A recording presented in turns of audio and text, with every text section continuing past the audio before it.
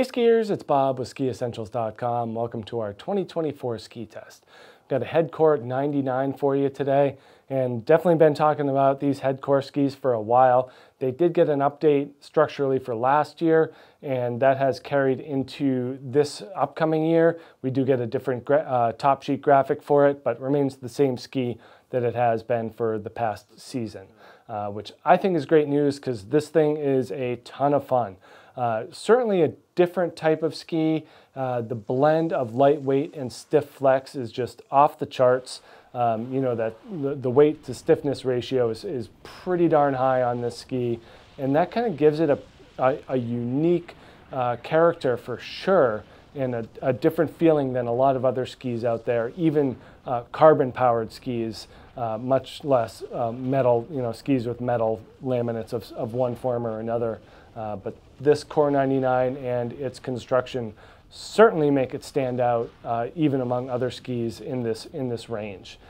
We are starting with a blend of poplar, and Karuba wood, so two lightweight and energetic woods, and then we get their 2 layers of carbon. So the bottom laminate is full width, full length under the core above the base, and then the top layer is on top of the core, and it's curved to match kind of this upper layer of the ski. This is kind of, I guess I'd call it a half cap, half sidewall.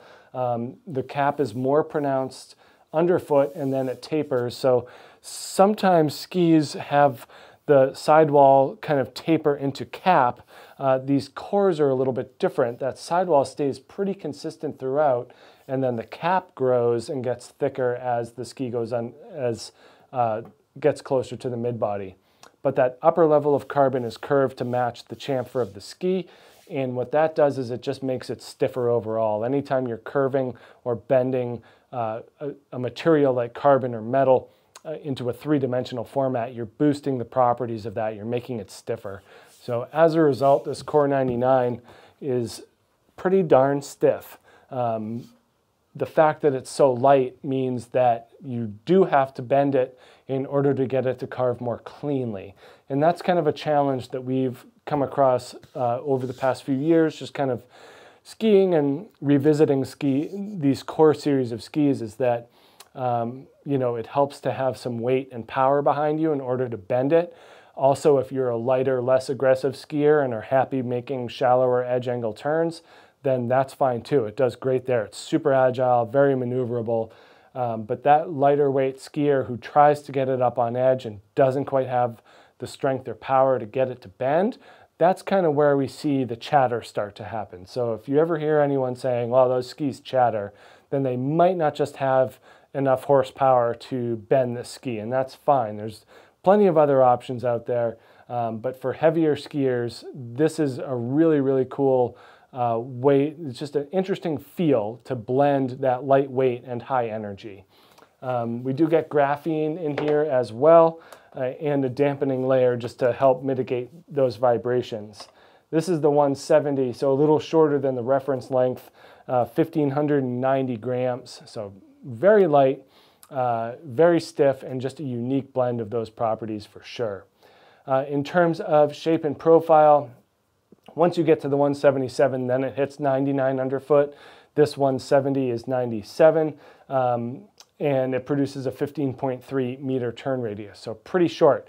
Again, if you're heavier and you can get this thing up on edge, it has just incredible edge grip and will just rip you across the hill. Even in the older versions, when we first got on this Core 99, it seems like 100 years ago, but probably 4 or 5 years ago, really, I was really impressed with how well it carved and how crisp and clean that edge control was.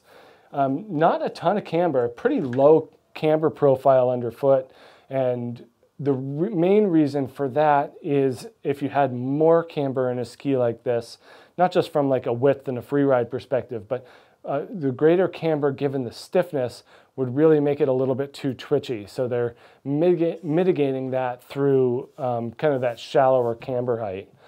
And up until the 99, we don't see a huge amount of rocker in the shovel.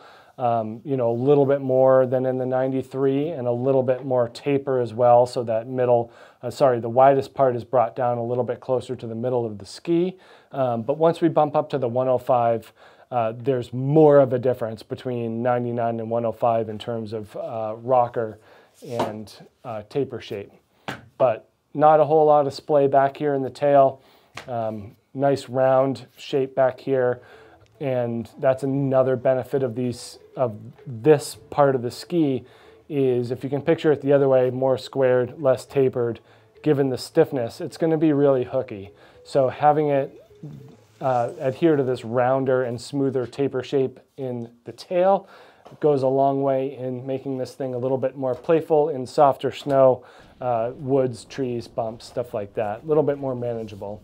But great ski, you know, it has more to do with, I think, kind of your body type and your level of aggressiveness versus intermediate, advanced, expert, kind of those basic ski levels. I think that heavier skiers, regardless of technique, will just have more success on this because they can bend it and access the side cut.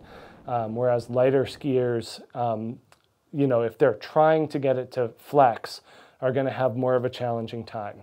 Whereas if you're happy with the maneuverability and agility at more of a shallow edge angle, it's a great ski for those people too.